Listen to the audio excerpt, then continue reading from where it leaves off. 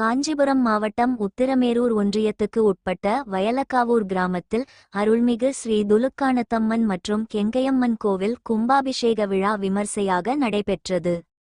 கும்பாபிஷேக விழாவை முன்னிட்டு நேற்று விக்னேஸ்வர பூஜை, கோபூஜை, தனபூஜை, கணபதி ஹோமம், லட்சுமி ஹோமம், நவகிரக ஹோமம், பூர்ணாஹூதி முதல் யாக கால பூஜைகள், தீபாராதனைகள் நடந்தது.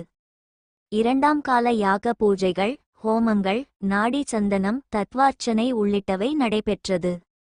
சிவாச்சாரியார்கள் யாக சாலையிலிருந்து கலசம் புறப்பட்டு கோவிலை சுற்றி வந்து விமான கோபுரத்தில் பூஜிக்கப்பட்ட புனித கலச நீர் ஊற்றி தீபாராதனைகள் காண்பித்து கும்பாபிஷேக விழா விமர்சையாக நடந்தேறியது. பின்னர் பக்தர்கள் மேல் புனித நீர் தெளித்து அன்னதானம் வழங்கப்பட்டது. இந்த கும்பாபிஷேக விழாவில் உத்திரமேரூர் எம்.எல்.ஏ.